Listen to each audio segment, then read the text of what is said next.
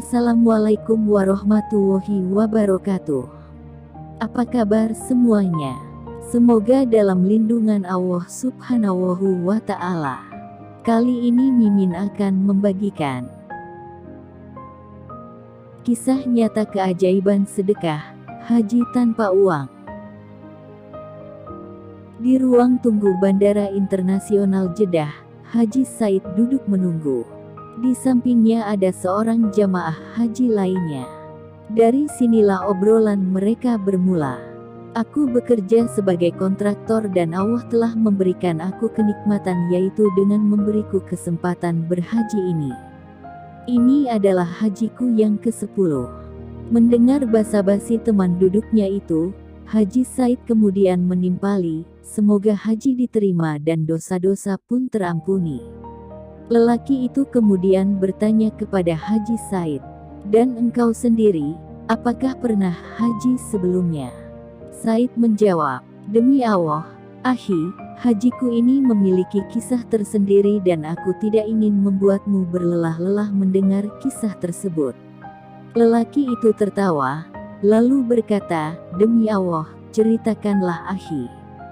Seperti yang engkau lihat, kita sedang menunggu." Said tersenyum dan memulai kisah singkatnya. "Iya benar, menunggu. Dan dari menunggulah kisahku bermula. Aku telah lama menunggu bertahun-tahun. Setelah bekerja selama 30 tahun di sebuah rumah sakit, barulah aku bisa mengumpulkan dana haji.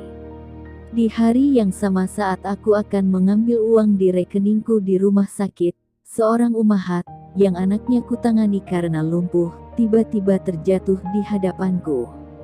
Mukanya terlihat begitu sedih dan berkata kepadaku, 'Kutitipkan engkau kepada Allah wahai akhi Said. Ini adalah ziarah terakhir kami di rumah sakit ini.' Aku merasa aneh dengan ucapannya dan sepertinya ia tidak ridho dengan cara dan metodeku dalam menangani anaknya, dan ia sepertinya berpikir untuk memindahkan anaknya ke rumah sakit lain. Dia kembali berkata kepadaku, 'Tidak akhi Said, Allah sebagai saksi bahwa engkau lebih perhatian terhadap anakku dibanding seorang ayah. Pengobatanmu telah banyak membantunya padahal kami sebelumnya telah pupus harapan.' Lelaki yang mendengar kisah Said ini berkata, 'Aneh ya, jika ibu itu memang ridho dengan pelayananmu dan anaknya pun semakin membaik, lantas kenapa begitu saja ia ingin keluar dari rumah sakit padahal masa pengobatan belum usai?' Said menjawab, 'Inilah yang aku pikirkan. Aku lantas menuju salah satu unit tertentu di rumah sakit dan bertanya. Nampaklah bahwa ayah si anak kehilangan pekerjaan dan tidak mampu membayar biaya pengobatan yang telah menunggak. Aku lantas menemui direktur rumah sakit dan memintanya agar pihak rumah sakit tetap melanjutkan proses terapi untuk anaknya, namun direktur menolak dengan keras sambil berkata, 'Ini adalah rumah sakit dan bukan yayasan sosial.' Aku keluar dari ruangan direktur dalam keadaan sedih sekali. Kumasukkan tanganku ke kantong yang di dalamnya terdapat dana haji. Kuangkat tanganku dan kepalaku menengadah ke langit sambil berujar kepada Robku, 'Robana, engkau maha mengetahui keadaanku dan engkau pun mengetahui bahwa tidak ada yang lebih dicintai jiwaku selain berkunjung menjadi tamu agungmu di rumahmu dan menziarahi masjid nabimu. Itu semua telah kupendam bertahun-tahun, namun seorang ibu miskin itu dan anaknya membuat hatiku bersedih, maka janganlah engkau haramkan aku untuk meraih segala keutamaanmu.' Aku lalu pergi ke bagian kasir dan mengeluarkan semua yang ada di kantongku guna membayar semua biaya pengobatan selama 6 bulan. Aku segera menghubungi sang ibu dan mengabarkannya bahwa pihak rumah sakit memberikan pertimbangan dan keringanan sehingga pengobatan bisa dilanjutkan tanpa berbayar. Lelaki yang mendengar Said berkisah merasa terharu dan air matanya berlinang tak ia sadari, lalu berkata kepada Said, 'Semoga Allah memberkahimu dan orang-orang sepertimu. Oh ya, jika uangmu terpakai untuk itu, lantas bagaimana engkau bisa berhaji?' Said menjawab, Hari itu aku kembali ke rumah dalam keadaan amat sedih sebab hilangnya kesempatan emas untuk berhaji, namun hatiku dipenuhi dengan kebahagiaan sebab telah membantu ibu dan anaknya itu keluar dari kehimpitan. Malam itu aku tertidur dalam keadaan air mata terkuras. Dalam mimpi, aku melihat diriku sendiri tawaf mengelilingi Ka'bah dan orang-orang memandangku dan mengajakku bersalaman sambil berkata, "Hajj mabrur wahai Haji Said. Engkau telah menunaikan haji di langit sebelum berhaji di bumi. Doakanlah kami wahai Haji Said." Aku terbangun dari tidur dan aku merasakan kebahagiaan tiada taraf yang luar biasa. Aku lalu memuji Allah dan ridho dengan segala ketentuannya.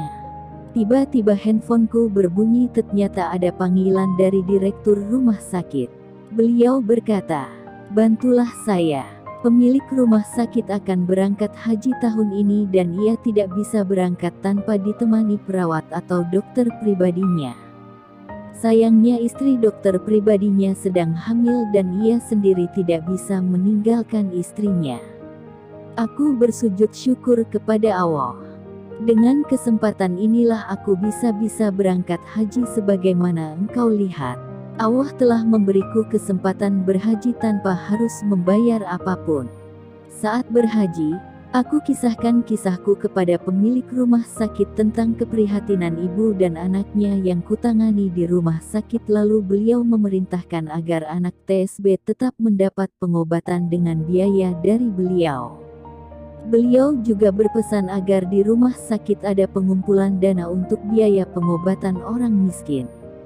Beliau juga memberikan lapangan kerja kepada suami ibu tersebut di tempat lain dan juga mengembalikan semua uang yang kugunakan untuk membiayai pengobatan anak dari ibu tadi.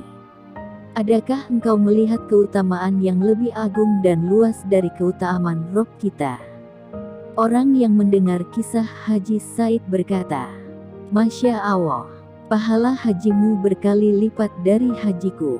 Aku sekarang memahami bahwa aku berhaji menuju Baitullah sementara engkau, Allah lah yang memanggilmu menuju rumahnya.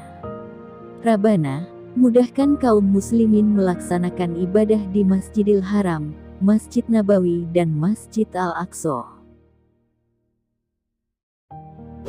Demikian yang bisa kami sampaikan. Semoga bermanfaat. Sekian. Wassalamualaikum warahmatullahi wabarakatuh.